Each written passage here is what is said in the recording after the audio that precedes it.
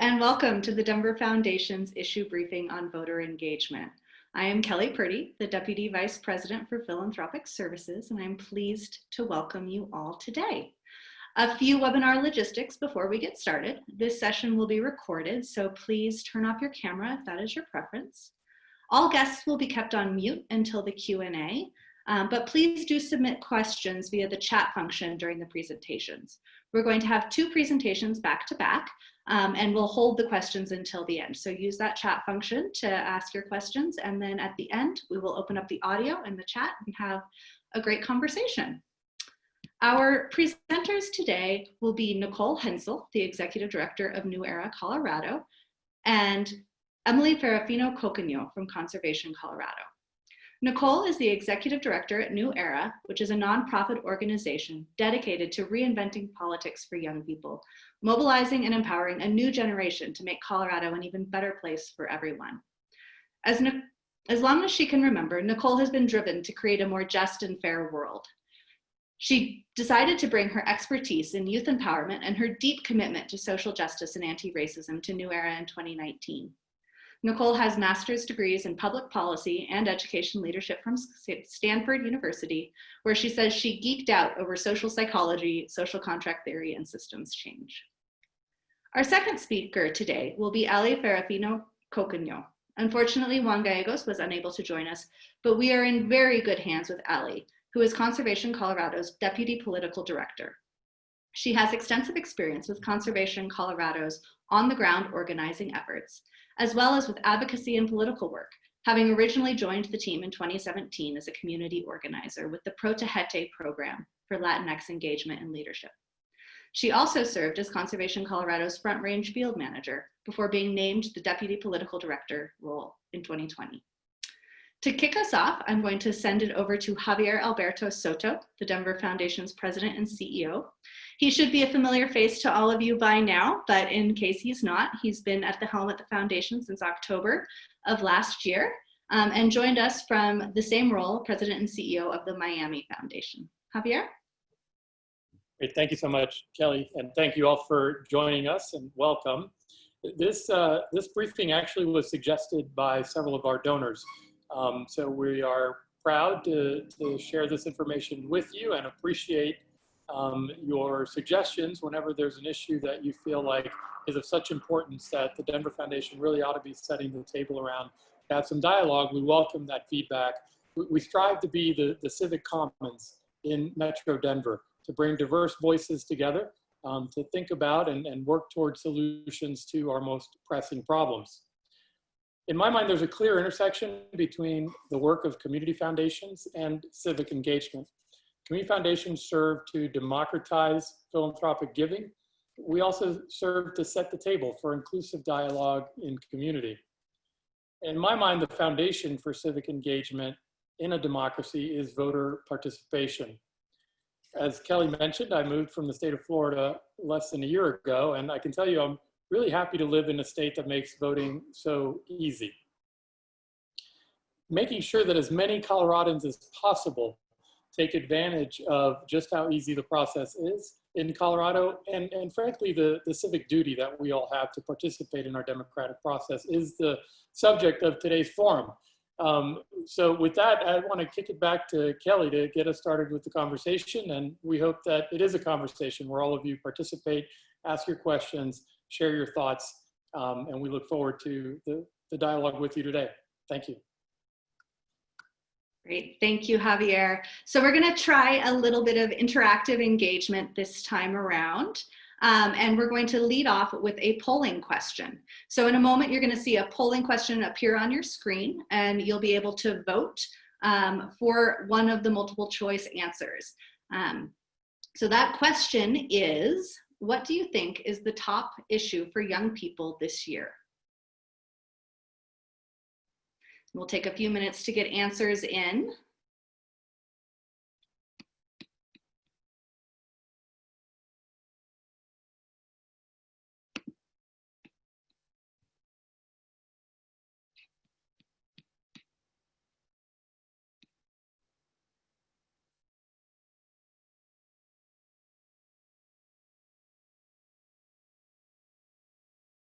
Okay.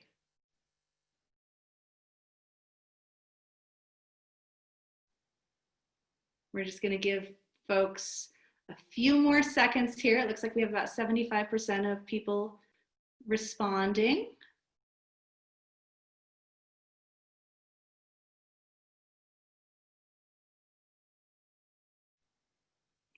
All right.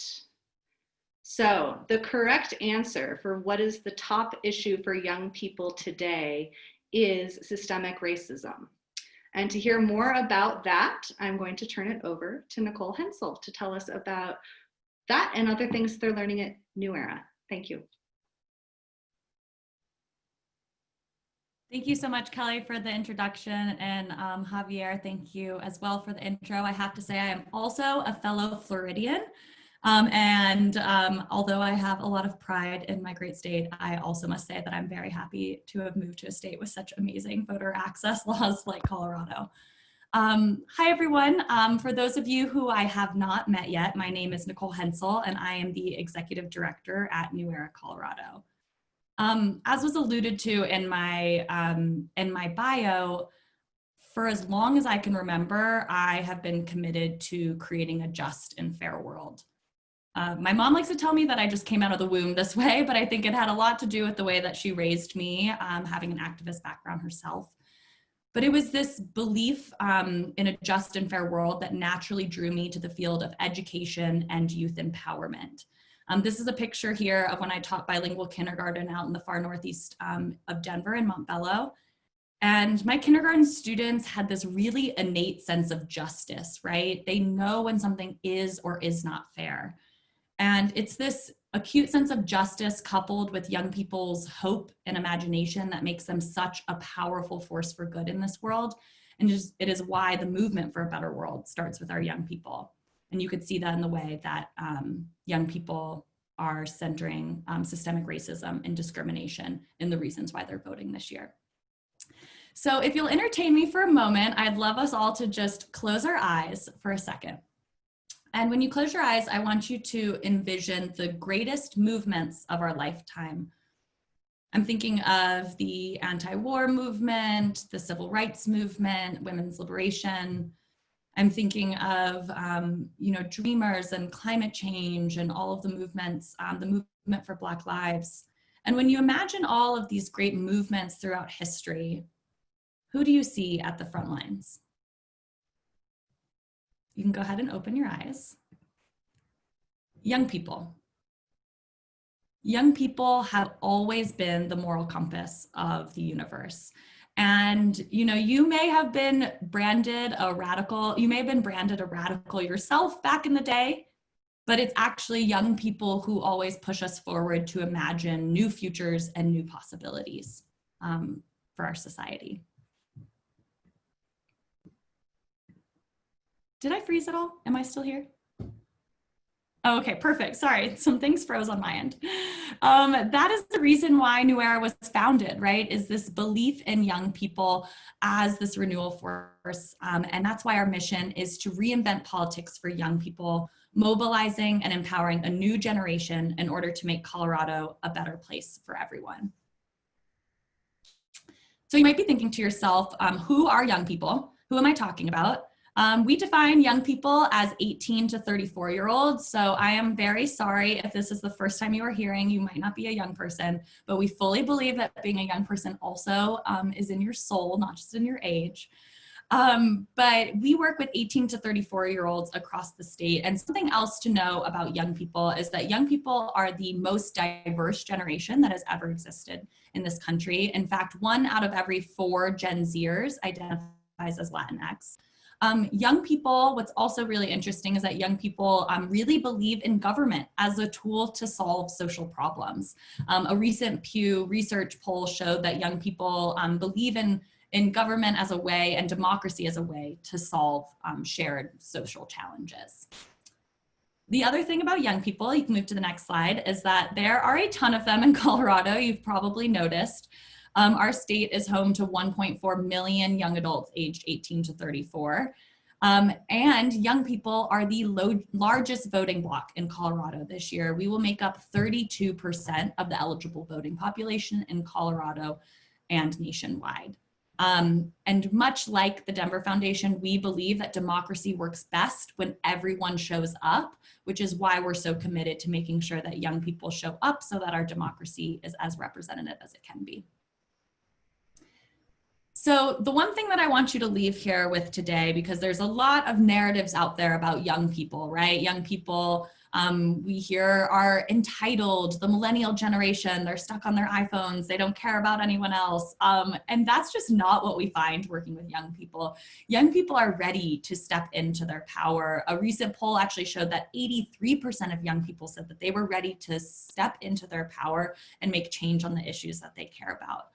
And so when it comes to young people and accessing our democracy, we really find that it's not apathy, it's access that prevents young people from voting. And when we're talking about access, young people experience very specific barriers when it comes to accessing our democracy. So the barriers that young people face when accessing our democracy: number one, young people are the least likely to be registered. And they're also least likely to be registered at their current address, because young people are moving often. They're moving into new dorms, they're coming home for the summer, they're going away for an internship. Their addresses are changing often, and they need to update their voter registration every time this happens. Second is that they often lack access to information about the logistics of voting. So the logistics of voting, what I mean is, where is your local polling center, your drop box? Many of us may have lived in the same neighborhood or location for many years. You know your polling center, you know your drop box like the back of your hand. You've been going there forever. For young people, it's very new for them. And this is their first time voting. And so we need to make sure that they have access to information about the logistics of voting. And then thirdly, our youngest voters are our newest voters. Democracy is hard, it takes practice. And oftentimes young people, especially when we're looking at down ballot races, and Colorado's ballot can be really long with all of the ballot measures, young people often feel like voting is a test that they don't have the answers to, right? And they know it's a really huge civic responsibility, and actually they're not sure what the right answers are. And they take that as a really, really strong duty. So I'll talk a little bit about how our program at New Era serves to address each of these barriers. So the first one, least likely to be registered and at their current address. Simple, we register them to vote, right? We are everywhere where young people are at. We are on college campuses, we are in their high schools, we are typically at music festivals, farmers markets. It's funny, normally we would be looking for where are the biggest crowds of young people and going and finding them. I'll share later on in the presentation how that looks different now with the pandemic. But we register young people to vote, and then we stay in touch with them throughout the election, right? And so we register them, but then we also are getting in contact with them, making sure that they know where their local polling center is, where their local drop box is, and answering the questions that they might have. So we're election access experts.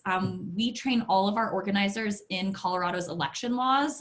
We often will have national groups that will come in with good intentions to register people to vote, but they actually don't know that Colorado doesn't have a voter registration deadline.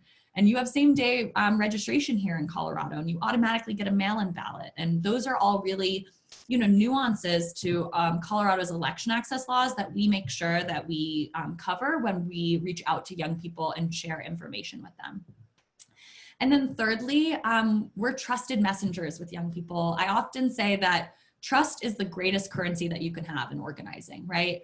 And we build this trust because we are at young people's schools year after year. They see us there, they know us, they say, oh, you're those ladies that were in the hallway last year. They reach out when we text them, they say, oh, I remember seeing you, you had the donut wall, which, is always memorable to young people and any people. What is a donut wall? But we make sure that we're reaching out to young people, not just during an election, but also after the election. One of the big things that we did after when COVID first hit is that we immediately reached out to young people and asked how they were doing, connected them to resources. That shows that we genuinely care about them and their humanity. And that means that they're more likely to trust the information that's coming from us, which is really important when we're living in a world with disinformation that's rampant and definitely being targeted at our younger voters. So we make sure that they're casting their ballot for every election. And a really fun stat is that we find that if a young person votes in 3 elections, they become a lifelong voter. And this year we had 2 primaries. We had a presidential primary, a state primary, and a general election. And so we really see that as 3 opportunities in 2020 to build a lifelong habit of civic engagement. Next slide. So what happens when you invest in young people in the way that we do? Remember, it's about access, not apathy. Well, this is what we find. This chart will show you youth turnout over the last 2 major elections. The blue bar shows you new era registrants and the rate that the folks that we registered in the field, how they turned out, compared to the gray bar, which is statewide youth turnout overall. And you'll see that consistently our registrants turn out at about 21 to 22 percentage points higher than all other young people statewide. That's incredible. And in fact, we've had such a major effect on youth-wide turnout in the state that youth turnout in 2010 and 2018 almost doubled in Colorado. And in 2018, we had the 3rd highest youth turnout rate in the country. Now we obviously want to be number 1, and that's what we'll be aiming for this year, but it just goes to show that our program works. And when you stay in touch with young people and you give them solid, trusted information, that they will turn out to vote and then they're ready for their voices to be heard. Something else to really know about young people is that young people care deeply about the issues, not political parties and not candidates. In fact, we find that a lot of young people don't identify with a party because they identify with the issues that matter the most to them. And like the poll, in the poll, we named that the #1 issue that young people care about this year is systemic racism and discrimination, which means that that's the way we need to be talking about all of the issues that we're working on with an explicit race lens, because that's what young people, like I said, those 5-year-olds in my kindergarten class, they knew when something is or is not fair, and young people still have this innate sense of justice. And that's why we integrate what we do with our voting and our civic engagement work with our advocacy work, because the #1 reason that young people cited that they'll vote in 2020 is if they can make a difference on the issues that matter to them. And that's why it's really important that we connect the issues with our civic engagement. We already talked about this in the poll, but in case you were wondering, here are the top issues that we found. There was a national poll done with Change Research this summer about young people and the issues that matter to them. And here are their top issues. We already talked about systemic racism and discrimination, but also criminal justice reform, affordable healthcare, climate change, and then, education, the economy, student loan debt, also really important problems that are all top of mind for young people. So we have 3 major goals this year. Our top line goal as an organization is to build lasting youth power to fight for the dignity and humanity of all. And in order to do that, we have these 3 major programmatic goals. So 1 is drive record turnout. This means we're meeting young people where they're at, even in a pandemic, and we're registering them to vote and making sure that they have access to information about the logistics of voting, and then we'll be turning them out for the fall election. 2nd, win the fights we pick. We work on 4 core issue areas: election access, because voter suppression hits communities of color and low income and young people the hardest. We also work on climate, repro, and economic justice. There's 4, and the 4th one I have to remember. But we do a lot of work on student debt and making sure that young people are don't have to choose between their education and their livelihoods. And then 3rd, build lasting youth power, right? So this is not just about a moment. It's not just about an election. It's about the future. And we make sure that young people know that we're not packing up after the election like a lot of campaigns do and saying goodbye. Like, we're there for them immediately following. And so we always do a post-election organizing campaign where we call young people and we immediately connect them to what we're doing in 2021, because one of the big things that we hope is that young people find a political home with New Era, and that this is a safe space for them to practice their political identities. So you might be wondering, how are we adapting to the current COVID reality? And, you know, this is a screenshot of our team back in March. If you can just go back, Natalie. Thank you. Awesome. First of all, this screenshot gives me such joy because one, this is such a small team. Now we have over 115 people on staff, and so we cannot fit everyone on a Zoom screenshot anymore. Second, this is when everyone thought it was they thought it was cute when I wanted to take the screenshot, and now they would be like, please don't make me take another Zoom screenshot. So this seems so long ago, and our team was so tiny. But as of right now, so we, you know, immediately when COVID hit, we immediately adapted to digital organizing. And I'll admit we're very lucky because young people are already very digitally savvy. We knew that if we weren't going to see them in the regular environments, that we could make sure to catch them in the digital world. And so we increased our outreach on social media, doing digital ads. We immediately switched to doing virtual registration. Another reason why we're very lucky to live in Colorado is because we have online voter registration. And so we were able to leverage, we have our own online voter registration portal that connects to the Secretary of State's website. And so we were immediately able to connect with professors and high school teachers and log on to their Zoom classrooms and start doing virtual registration. As well as what I said earlier, we immediately connected with young people and started to check in with them and connect them to aid and resources, making sure that we were able to navigate their student loans during the pandemic and providing information to them about the CARES Act. As of this fall, most major colleges and universities are planning to be in person in some fashion. Most have a hybrid model. And so we felt a really strong duty that if young people are going to be on campuses, that we needed to show up for them. Disinformation is rampant right now. Voter registration rates are at an all-time low across the country. And we knew that young people would be targeted with disinformation about our elections, and we wanted to make sure that we were there as a trusted messenger. So as of about a month ago, we allowed organizers to opt into fieldwork if they wanted to. They could keep doing our remote organizing, which we're continuing, especially with our high school program. But if organizers do wish to opt in, they are doing so with face shields and plexiglass and face masks and social distancing. And it's been going very, very well, feeling very safe. And we're also seeing that young people needed it. We're getting a lot of folks who are interested in updating their registration or registering for the first time. And so we will make sure to stick with them through the election to provide solid information about the logistics of voting.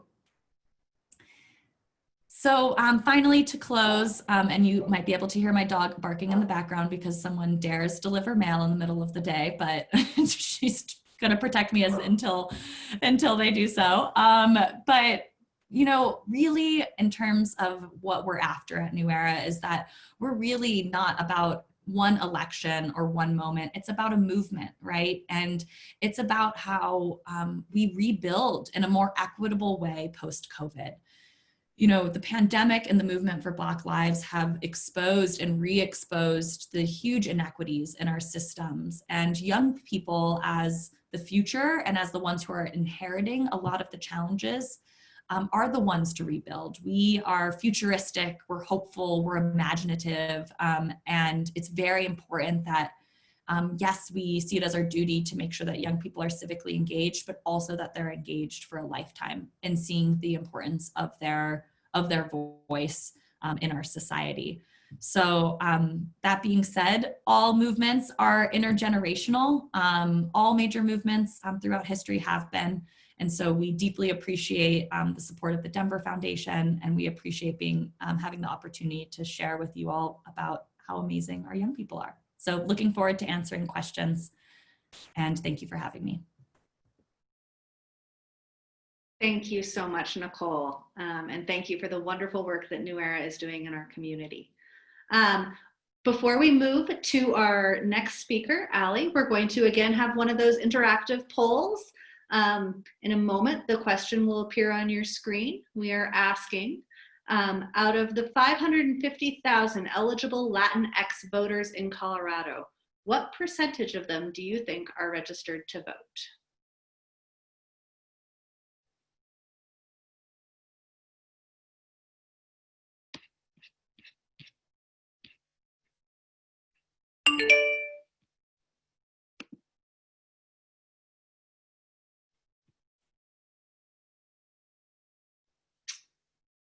Great. I see those answers coming in. Give you a little bit longer.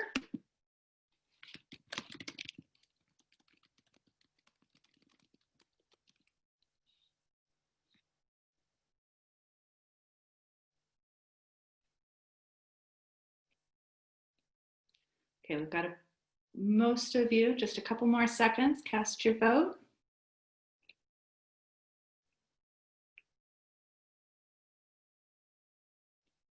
Okay, let's go ahead and close out the poll and show the answer. Great, so the majority of you chose 42%. The correct answer is 57% of eligible Latinx voters are registered in Colorado. So let's turn it over to Allie to hear more about that. Thank you, Kelly. Great to see everyone today. Let me go ahead and share my screen. So just to reintroduce myself, my name is Allie Ferrafino. I am the Deputy Political Director at Conservation Colorado, but I got my start at the organization in 2017 as a Protégete organizer, specifically working in Jefferson County. So I have been at this work for a few years and have been able to see the organization and this work, community engagement, specifically from various vantage points. And I'm excited to talk about it today. So just to start to level set, I wanted to define Latinx and touch on why do we use the term Latinx versus Latino, Latina, Hispanic, Chicano. There's many different ways that folks identify. But for those of you who may be less familiar with this term, Latinx is a gender neutral alternative to Latino or Latina. Essentially, it is inclusive of all gender identities from agender, non-binary, gender non-conforming, genderqueer, gender fluid. All of these communities, all of these people are part of the Latinx community, and having a term that's free of the binary is more inclusive, which is why we use it.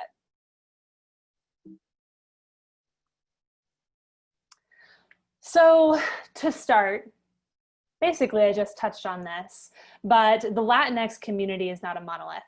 And as I noted, there are just as many identities and cultural manifestations within the Latinx population as there are people.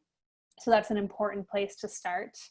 However, these facts that we're identifying here essentially are a way to demonstrate both the size and influence of this community and this voting bloc in Colorado. I'll start with a few of the facts. I won't read all of them, but feel free to skim them. In less than 20 years, Latinx folks will represent nearly 1/3 of the state's population. With that, the average age of those Latinx people are going to be 27, is 27 right now. So it's a very young community, a very young voting bloc, which just shows ample opportunity for continued engagement with this community long term. Going to fact 6, and we just touched on this, only 57% of eligible Latinx voters eligible folks are actually registered to vote. So when we look at fact 7, with over 500,000 eligible Latinx voters in Colorado, we are already a highly influential, highly important voting bloc, but the power is still not met its full potential through needing to do more work to do registration of our community. There is a lot of mythology and narratives that we hear about Latinx voters and the Latinx community in general, both in voting and electoral work and in advocacy work. We're told a false narrative that Latinx people do not vote, that they do not show up, and that they are disinterested in whatever issue that we're talking about, especially in the environmental movement. Traditionally, we have heard that narrative many times, that Latinx people don't care about these issues and are disengaged. This is not true. This has historically not been true. And this narrative is largely based off of a fundamental lack of understanding of the community and lack of cultural competency when it comes to running effective electoral programs for the Latinx community. We know 2020 is going to be loud. It's going to be a loud and a big election. We have estimated that $6 billion will be spent in political media. That's going to be through television, through direct mail, through phones, through texting, through digital, all of the ways that we're inundated with messages about the upcoming election. Historically, the money that I'm talking about here has not been intentionally targeted and focused on Black and Brown voters until the very end of the election campaign. And that is problematic for a variety of ways. This slide is illustrating that. So we have never seen a dollar for dollar investment in Latinx voters. There's a lot of reasons for that. A lot of built-in implicit and explicit biases about the community. One of the ways is the models that electoral campaigns use, including nonprofit organizations that engage in advocacy and in electoral work, where a lot of this modeling has baked in bias about communities and has baked in bias that helps really remove those communities from the program. In addition to that, there are narratives that we have traditionally bought into that we hear a lot in the voting world. One of those is the emphasis on influencing moderate, undecided voters.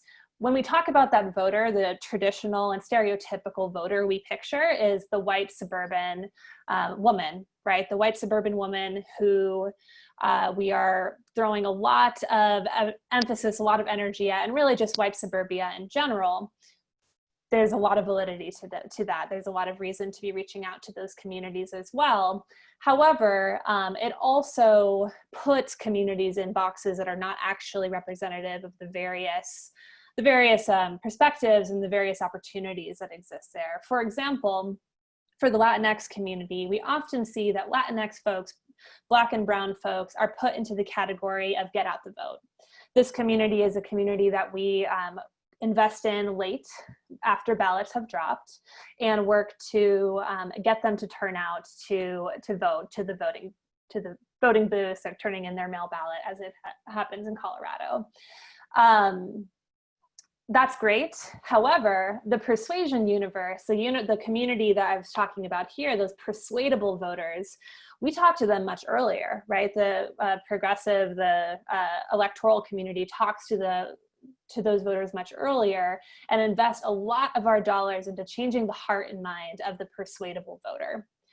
Inherently, by saying Black and Brown folks, Latinx folks are GOTV, or get out the vote, and then the other, and white folks are more likely to be persuadable, we're trying to, one, change hearts and minds with these persuadable voters, and then with the get out the vote voters, we're just kind of trying to move bodies, which has a lot of inherent bias and a lot of inherent racism, to be completely frank about it.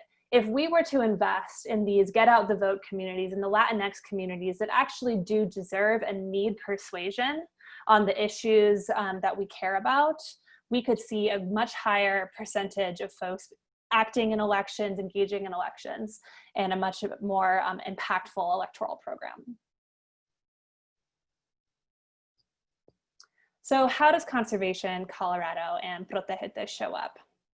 Conservation Colorado, essentially, we play a really important role in turning public support for our issues, for conservation issues, into action at the state and local level.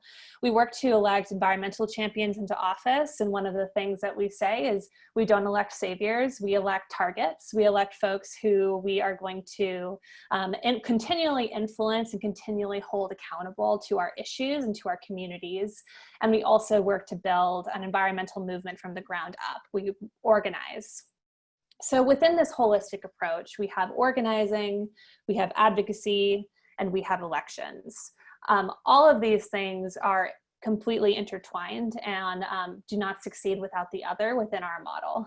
To touch on that with our organizing, we have year-round engagement with our communities. We work similar to what New Era was talking about. We don't want to just parachute into a community for a brief amount of time just during an election cycle. We want to have long-term trust in the community and build long-term relationships with community leaders. So how that looks is engaging community members through our advocacy work, turning from someone who perhaps feels isolated, marginalized from the political process, and working with them all the way up to having them come to the Capitol and lobby on their issues, canvass for an election, become a community leader in their own right for the organization. One of the ways that we do that is through our Promotores program.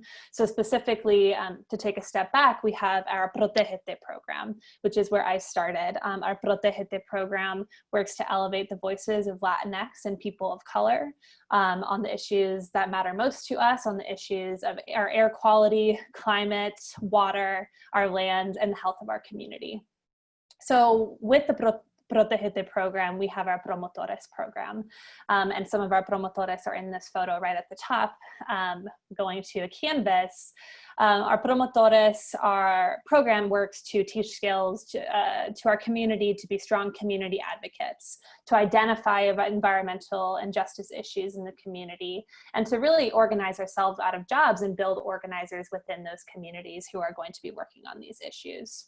We also have our Youth Promotores program that works in high schools mostly, some colleges, working on a very similar curriculum, but targeting youth and ensuring that youth are also being given those leadership skills early on. With that, we have our year-round work, and then we do have elections, and we engage our members in those elections. In a typical year, we would have canvassing. In other years, like now, we'll be doing less direct, less face-to-face, more virtual means of engaging with voters and engaging with our members. And we run an electoral program that expands past the traditional voting universes. So as I touched on before, a lot of this modeling that is used has baked in biases. And a lot of the traditional ways that you run a campaign has baked in biases. We work to expand the universe, the communities that we're working with, and not making assumptions about what category a community belongs in. And that makes our electoral program different and more effective. With that, we also wanted to highlight a variety of organizations that also work with the Latinx community that we think do impactful, authentic, long-term work. We have, I'll just pull out a few. I mean, New Era is there. We also have Padres y Jóvenes Unidos, Colorado People's Action, CIRC. These are all organizations that we partner with, Color, all organizations that we partner with that work on the model of this holistic model of organizing long-term with communities that we think is really what makes the difference and makes a strong program. Finally, this may be review for some, but I wanted to just talk about the ways that you can give to organizations like ours. There is C3 money. That money can be applied to a lot of our impactful work, including educating the public, educating media, educating electeds on our issues and making sure we're all well-versed, that we can apply that to our grassroots organizing and teaching folks how to advocate for strong environmental policies. But we also have our C4 work.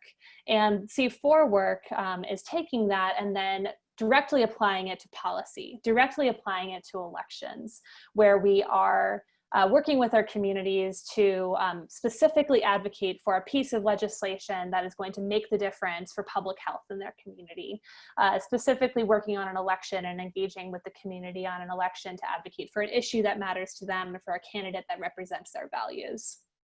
For both of these, but especially with C4 money, and early investments make all the difference. If we are parachuting into communities last minute, we are not giving the time to motivate hearts and minds and really invest in the critical thinking of the voter and the Latinx community in particular. tapping into that critical thinking and trying to move folks to show up and to show up on our issues. Finally, to put this all into context, we all know, I'm not going to belabor what 2020 has been. I think we hear it every day. This is a really, really important and impactful year.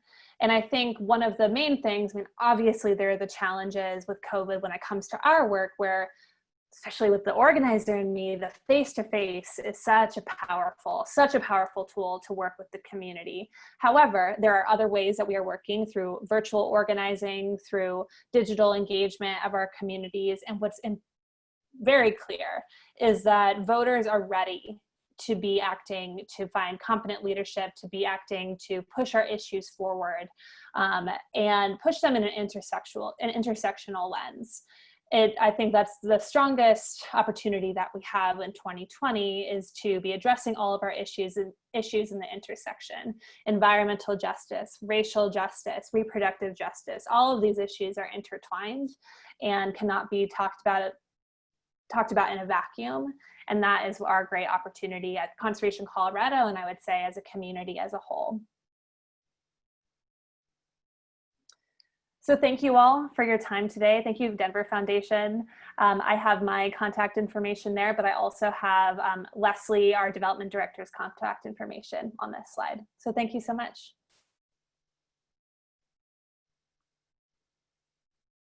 Thank you, Allie. Really appreciate hearing from you and the work that you are doing as well. We're now going to turn it over into the Q&A section of our program. So again, please use that chat function to send questions in, and looking forward to the dialogue. To get us started, we heard the message that Colorado has implemented election laws that make it easier to vote here than in other states. Could either of you provide some examples of what those changes are, what's different here, and what other barriers to voting exist here that we should be aware of? Well, I'll hop in for Sally, and then you can fill in the gaps. Yeah, absolutely. Because, you know, we often say that Colorado has kind of the gold standard of election access laws, but what does that actually mean? And again, because we believe that democracy works best when everyone has the ability to show up, it's a huge step forward in terms of how our democracy works when we're able to expand access. And so some of the big things that have been really impactful for young people, and New Era has played a role in these laws in the legislature, but the first was pre-registration for 16 and 17-year-olds. So 16 and 17-year-olds can pre-register to vote, and then they will be automatically registered to vote when they turn 18. Another huge piece, aside, you know, mail-in ballots, we all know, you know, that Colorado is one of 5 states that has universal mail-in ballots. This was also really instrumental in increasing youth turnout. But also in 2019, we passed the Colorado Votes Act. And that had 3 main measures that really impacted young people. One, it allowed 17-year-olds who would be 18 by the general election to vote in the primary of their choice. And so just this year in the presidential primary, young people turned out at, 17-year-olds turned out at 44%, while all other people turned out at 46%. So that's pretty wild. They were only 2 percentage points lower than all other age groups, which was pretty incredible and shows that 17-year-olds deserve the right to vote in the primaries. The second is that expanded access to drop boxes and voter service centers on college campuses. This was something that we really pushed for, is that, you know, drop boxes and polling centers should be available on college campuses.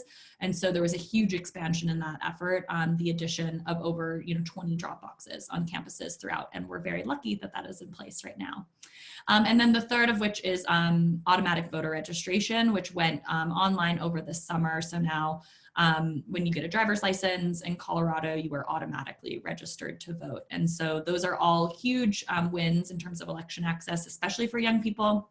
One of the biggest barriers that still remains is that young people and people of color still, you know, do like to vote in person. And that's just something we need to take in consideration with the pandemic right now. Also, young people often don't have access to stamps to mail in their mail ballot. And so paid postage is really something that we want to fight for, to make sure that young people are able to mail in their ballots. And, you know, they might not have stamps, and that's kind of what happens with college students sometimes.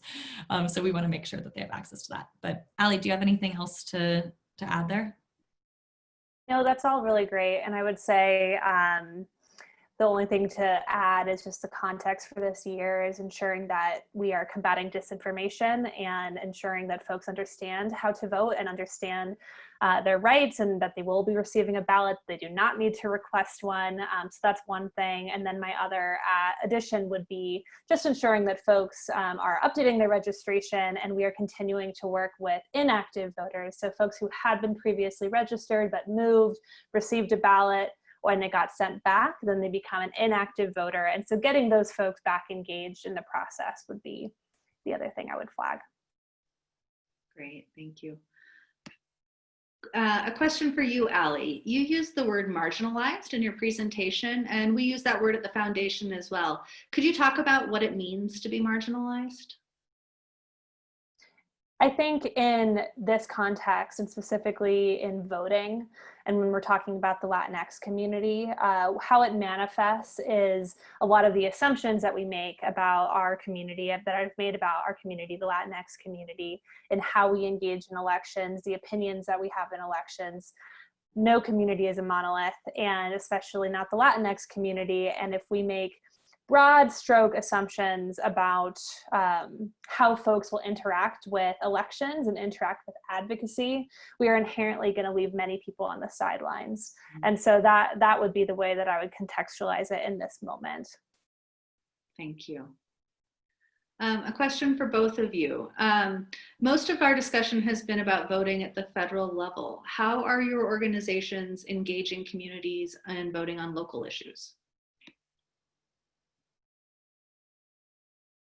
Awesome. I'll go first, Allie. I'm like looking for the silent Zoom cues, but so we really encourage young people to vote their whole ballots, and we also encourage them to vote in odd years in municipal elections. So actually something, you know, in my presentation, I mentioned that young people are really driven by issues, not political parties. And oftentimes that can be the same in terms of their motivation for voting. And they might be a bit disenfranchised with, you know, federal voting, top of ticket candidates. And so oftentimes we'll talk about local ballot measures as a way to get young people really excited about voting, because it's something very tangible. It's something that impacts their local community. When we talk to high schoolers about the importance of voting, and sometimes they'll say, oh, you know, I don't know if my vote counts. We'll say, well, actually, sometimes the opportunity to get funds to have a recreation center in your community will be on your ballot, right? And so we really connect those local issues to the reasons why young people are voting. And then, you know, on our 501c4 side, we do a voter guide that encourages young people to vote their whole ballots, as well as voting on all of the ballot measures. Great, thank you. A note on that C4, I know we put it into the chat, but it is important to note that because donor advised funds have to go to organizations that are eligible for a tax deduction, you can't use your donor advised fund to support 501c4 organizations. Doesn't mean you can't give in other ways, but that's an important side note.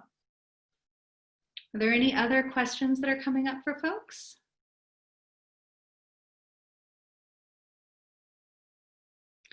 How are you all experiencing volunteers due to COVID? Are you seeing increased Nicole, you mentioned an increased staff, but what does your volunteerism look like at this time? I can start, and then Nicole, if you want to jump in. It was a quick transition that we had to make. Like I said, so much of our organizing happens face-to-face. So much of our organizing is really based in being in the place that you're working and building those relationships at the face-to-face level. And pivoting online, what really impressed me was how willing our activists and our deeply engaged activists were willing to continue to work with us through this new forum.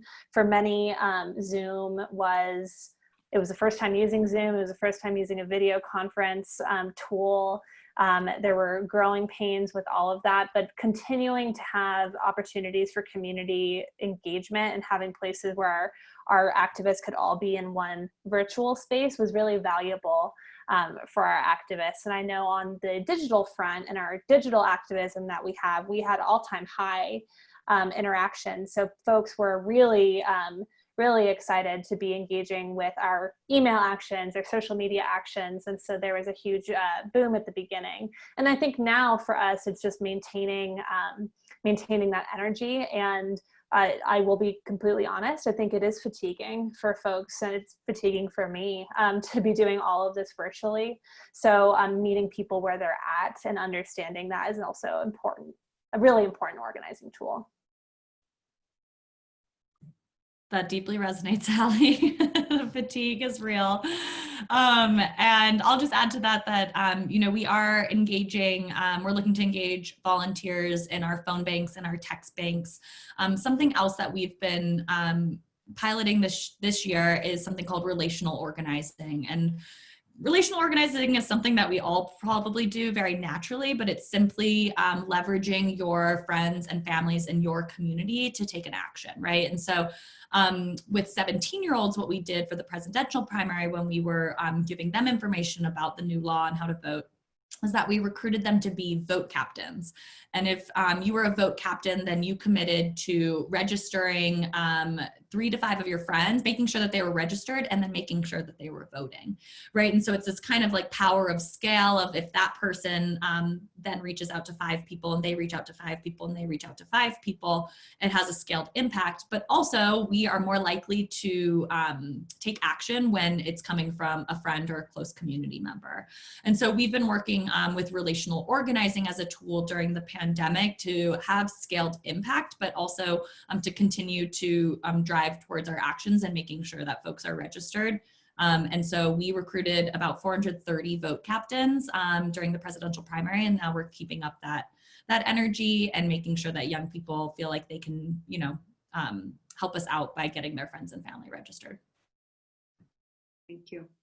Well, we are almost to time. So I would just ask, if you want this audience to walk away with one message, what would that be?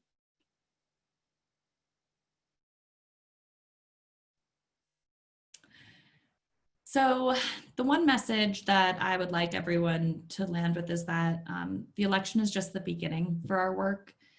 Young people are powerful, and the time for young people to lead is not sometime in the future, it's right now. And we are gonna have a lot of reimagining and revisioning ahead of us, and young people as this hopeful and optimistic force in the world need to be at the center of that.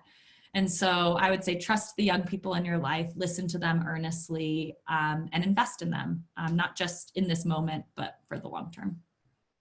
Thank you. Allie? In the short term, all of you vote and ask 3 of your friends to vote too. That would be my short-term message. But long-term, I mean, very much the same as Nicole said, this is the long game, that this is a, not a moment, it's a movement. And there are many lessons to be learned in 2020 and many voices to be heard in 2020. And I hope we all take advantage of this opportunity that we have to have authentic conversations about the issues that our communities have been talking about for years. And there's a real opportunity here.